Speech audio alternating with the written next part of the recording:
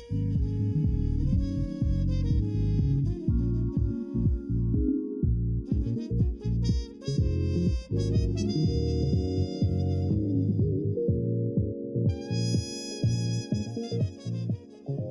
MARC program, MARC is capital M-A-R-C, stands for Minority Access to Research Careers.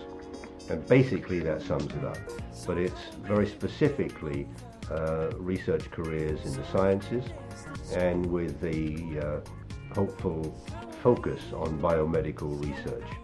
The National Institutes of Health has got a brief to better the health of the nation, and obviously there's things like doctors and hospitals and all the rest of it, but basic scientific research to understand disease, to understand how disease spreads, and therefore go into a research mode that says, oh, we can do something about that. There's a medication for this, we understand the mechanism of this disease, perhaps we can tackle it here, there, or somewhere else. This is, in a sense, really why the NIH and the federal government, because that's who's funding, that's who is funding the NIH and then the MARC program, thinks that it's an appropriate expenditure of funds. The major goal of the MARC program is to give, well, let me tell you the modus operandi, what the MARC program does. It offers and gives, therefore, scholarships to juniors and seniors in their last 2 years of their education at the Institute, just prior to graduation with the Bachelor's of Science degree. Gives them a very healthy stipend so that they can just concentrate on nothing but their studies, and places each of those students into an active research program on campus. That usually means working with a mentor in biology, in chemistry, mathematics and physics. It's not journal clubs per se, it's more so, most of the time we have guest speakers. This semester and last semester we had Dr. Natalicio to come talk to us, and we have kind of different professors from every department come and talk to us about, like most recently we had a jazz to rock professor come and talk to us about Middle Eastern music. And it's kind of just, I guess because we're all just interested in knowledge, and so Dr. Panel really likes to advocate being a well-rounded person.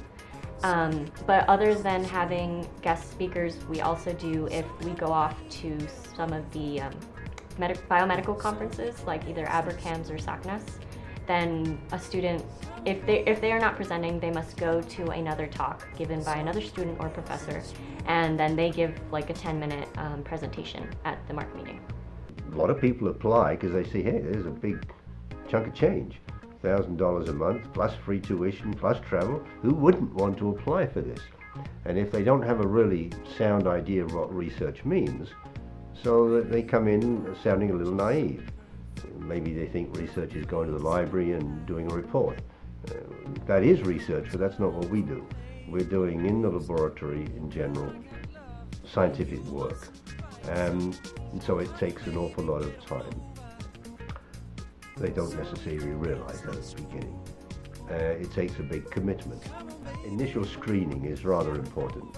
So we have an ad hoc committee which involves several of the faculty members who are already in the program, know what to expect, and to that I usually add one student in the program who's in their senior year, who knows the agony of what they have to go through.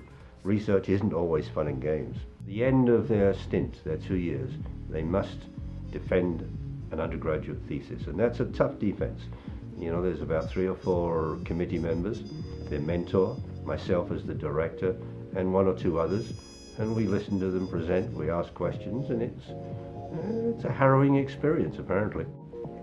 Guideline to being an American is this famous phrase in your historical documents, the pursuit of happiness. We can facilitate the pursuit of happiness, the pursuit of success, but we're not going to guarantee it. Definitely feel like they've built me into the person that I am today. In high school, I wasn't really, the leadership type. I don't think I was ever really in a leadership position in any organization, even that I was a part of.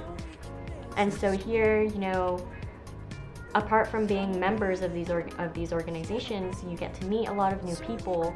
And then I took the steps of becoming, or containing, I guess, leadership roles, especially in ASM.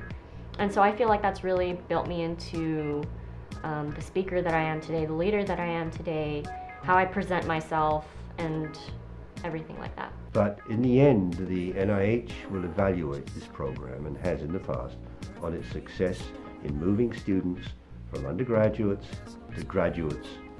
That's the first step. Graduates with PhDs, that's the second step. And then from then on, graduating with a PhD.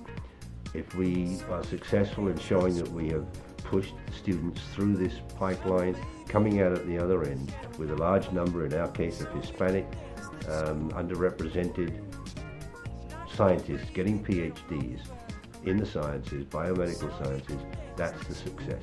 And we've been above average in that success rate over the years from UT El Paso.